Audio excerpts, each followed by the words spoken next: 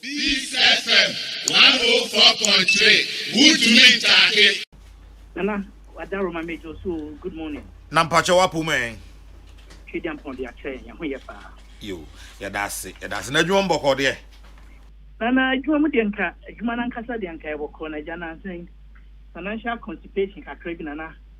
Actually, I'm a headache. Nancy customer, it didn't meet me in your blank card near the Asoma this year. No, now, I think I cry. Okay, yes. You. No one up is only me home.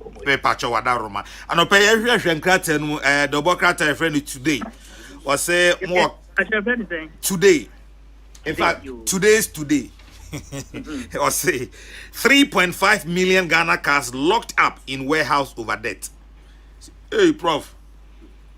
Yet any marche. Kwame, and at the side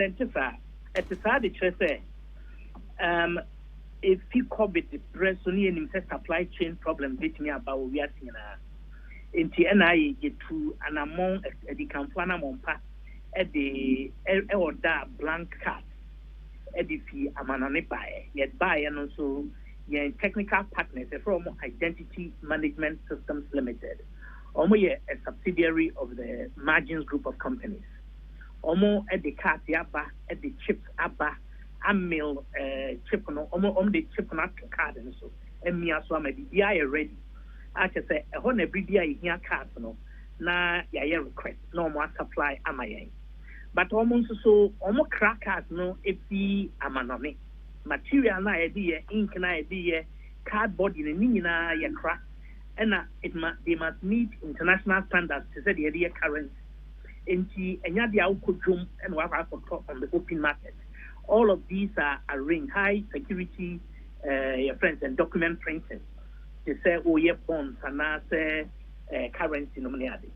And yeah the car see 3.5 million abba a bonded warehouse of our technical partners. A Margins Group no. Now sir technical partners no almost at the bank loan and a crash and may ever. I can say a cababre or honomana over the period in the Sikasem year, you know. Now, to me, in Tria Emma, Mekaya, Ghana or my Ghana. Now, in between Tria Emma private partners through their banks or the bank or the private partners. And, according to brief, now, yeah, cards, I walk on the more, Nina, you probably be quite listen. You come. Maybe at the year, I say, we make cleaning so a day, now, walk a pass so now, slate. Now, what to me, I say, yeah, yet the bit me now. But if people say August air banner, not a moo yet, now we virtually came to a whole say, I buy Pesica and Triasa private banks and only to a car bank. Say, you car bank for a car. And yet they are going forward, it to sustain the production of cars and the issuance of cars to Ghana at this year. In this year, Meno Kasa say no. You were at this year cars, say, ya won't more, ya register almost. Now, so yen to me, print almost cars, and from my own. And now, almost, ya print almost cars, now almost encourage. Now, the high-end Sabre year, could only year almost registered since about July, August last year. Yet across the country, yen twin printed cards and my because of that situation. You need blank cards at our 292-year-old. I have new at your new offices. It moves 16 regional offices. And I have no at your soon here, district officers. I did so account. Your officers, you're dedicated, almost officers, or only are ready to serve Ghana this year. Then so it's a card, no, and why in now I asked them so.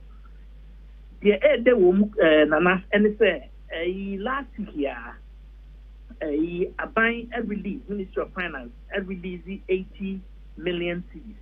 At the Ama company, and almost I guess this week so almost be released 20 million cedis at the account. Not a 100 million, but 100 million cedis near car will see over $100 million. And in a way, no, it is a drop in the ocean. But a crime so a true goodwill, a chance to say, you bet me car bank for Edin come out. You share Santa dinner to bear now what me and sending on my penny and cassa near the come out. I two and a month near Pata. It's the car bank for a line, no more happiness to say, you can track a crabber, no more who say you two and a month almost near the dink town. Ye, you better say, they were rich now to we encoding thinking corner not in Kita here and a car bank and a margins group identity management system. Ebedino na aye a tipo na ye to me and your card at their sum. Is a crime Mr. Kwame Nana say Utie and someone a binum can it be show me personal letters. It be a phone call. Professor B to Nigeria, no about Ghana.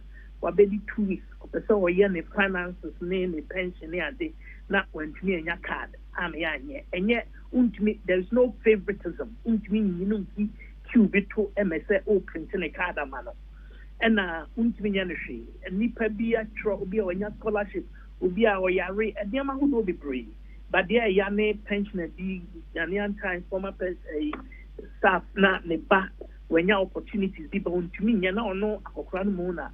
Or sustaining Akwadano on his meager pension. I am yet sustainable. There are personal tragedies behind the difficulty in providing cards to serve the people. But fortunately, and I'm buying a to say, back to the end of the long tunnel, within a solution within this week or so.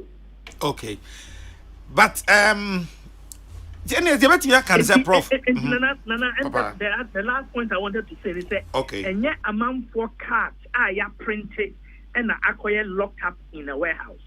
That's the distinction I wanted to make.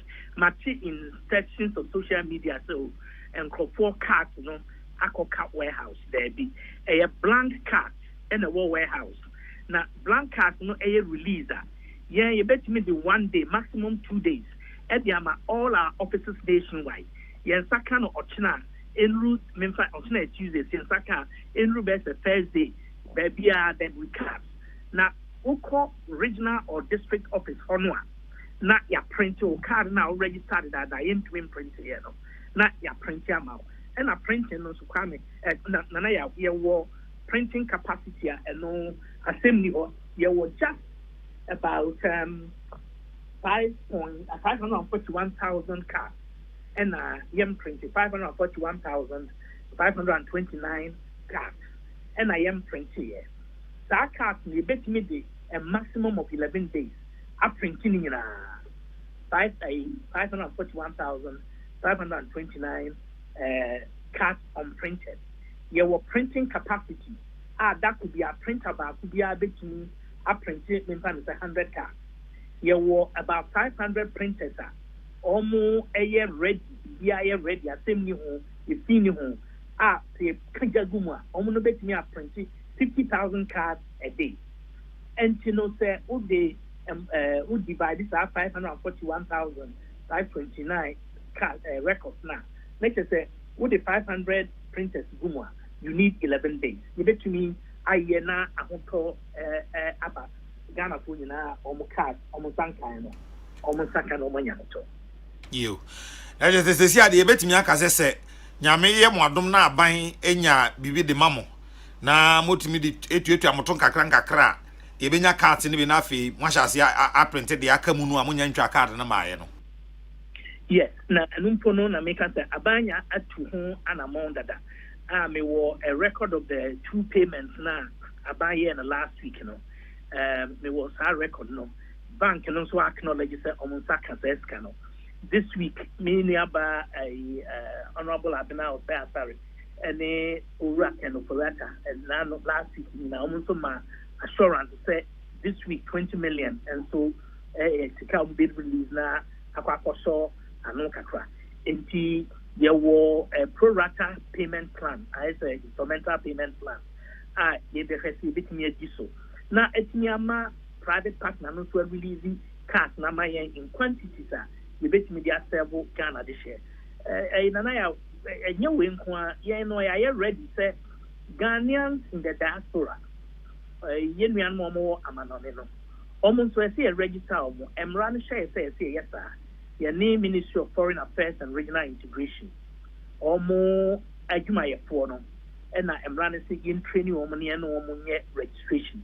Yes, Siena say and Cabes the 24th of April, you know.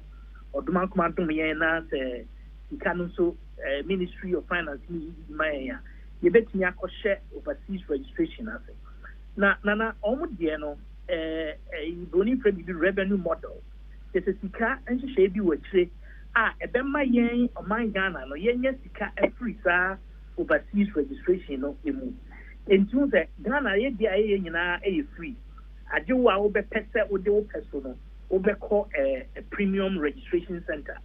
But call regular registration center since 2019 near mass registration.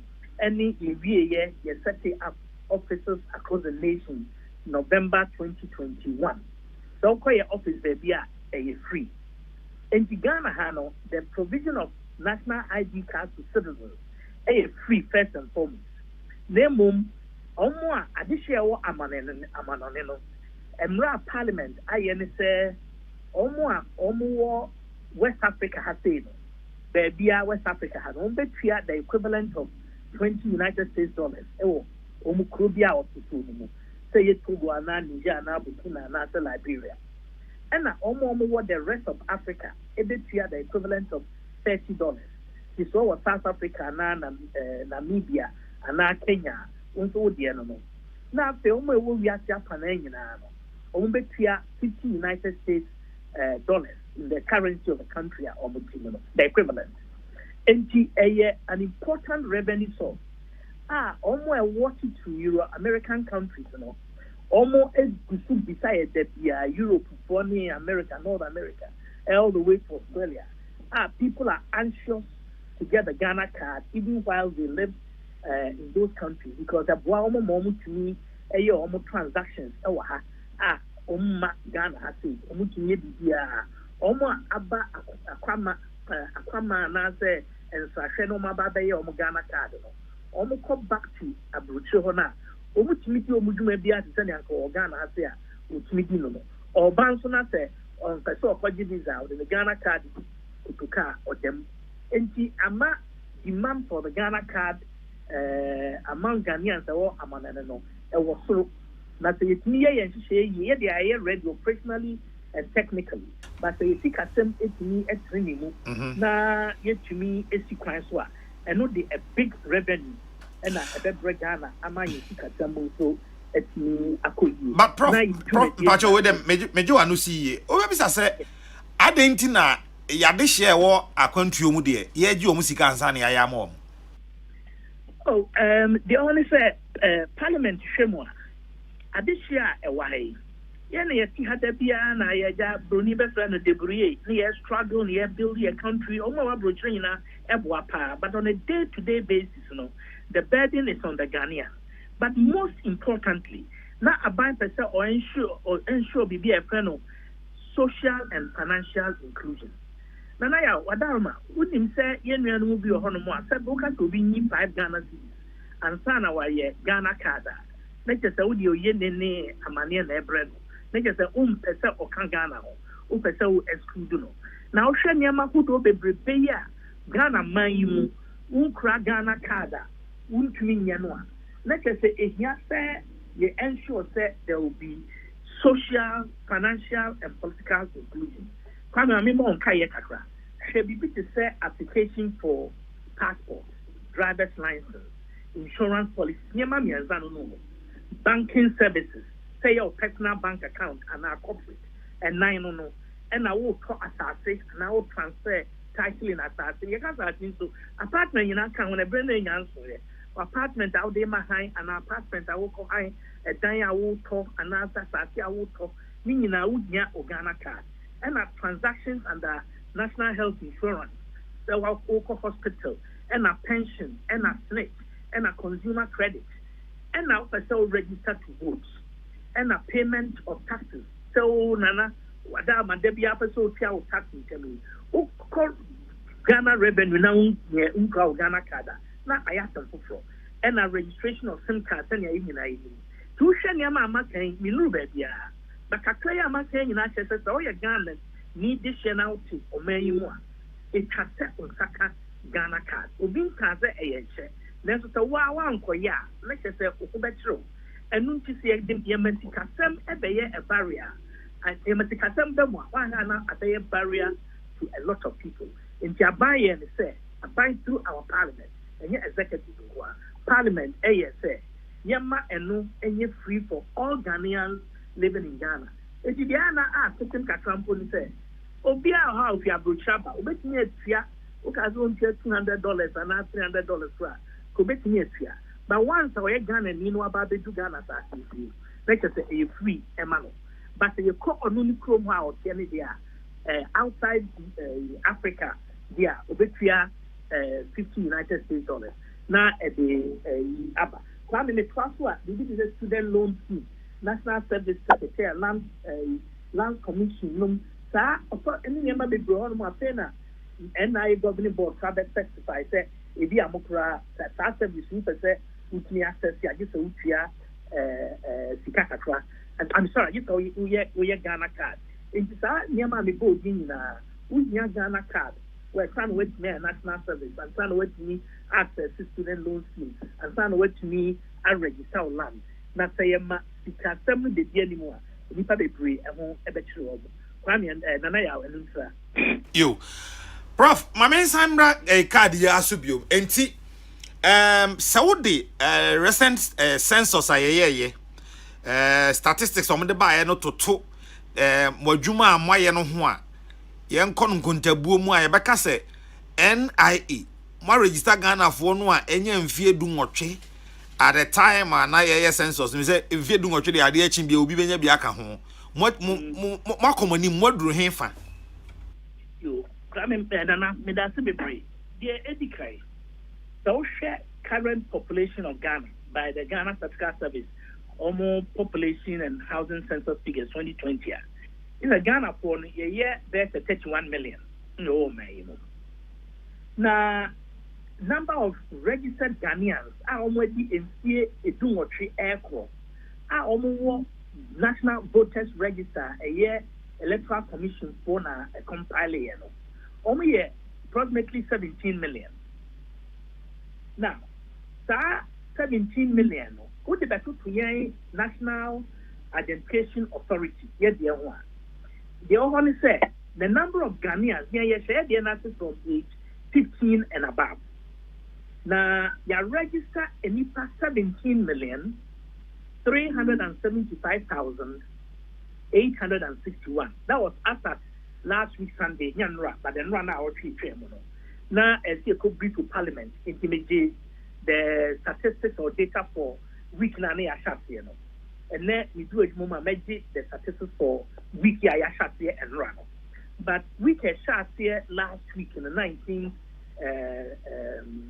February no we are registered 17,375,861 now NIPA registered from age 15 and above but ukomwa NIPA aged 18 and above, out of this 17.3 million, 18 and above only is 16.9 million. Now, what must I say? 16.9 million out of 17.375 aged 18 and above. And to say, what the population no, and you know, so at the what the first and now to see. Population now age 15 and above. Yent mean capture out of the 31 million. 2.565705. That is to say 2,565,705. 2,565,705. 705. Now, last year, na ye mass registration, any special effort. No? Last year, cry over 1.2 million registrations just by being there. And this year is you try home marketing. Now you start a release. Now you TC Chrome say register 2,565,705. Nana, we can do that in a maximum of 6 months. Say you see it. Say by moon at the or steady as any year to accommodate SIM card registration.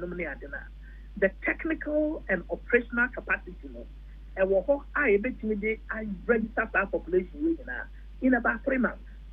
And to Obia or war, Nagimun Tene Papa, if I say, dear, you bet me I register Saturday before 2023 is over, and now before the next election year.